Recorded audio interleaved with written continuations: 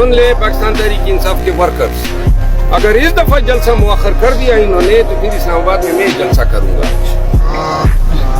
اور این او سی جو ہے نا، جو این او سی کے پیچھے بھاگ رہے ہیں، وہ ان کو میں کہنا چاہتا ہوں این او سی اپنے جیب میں رکھیں.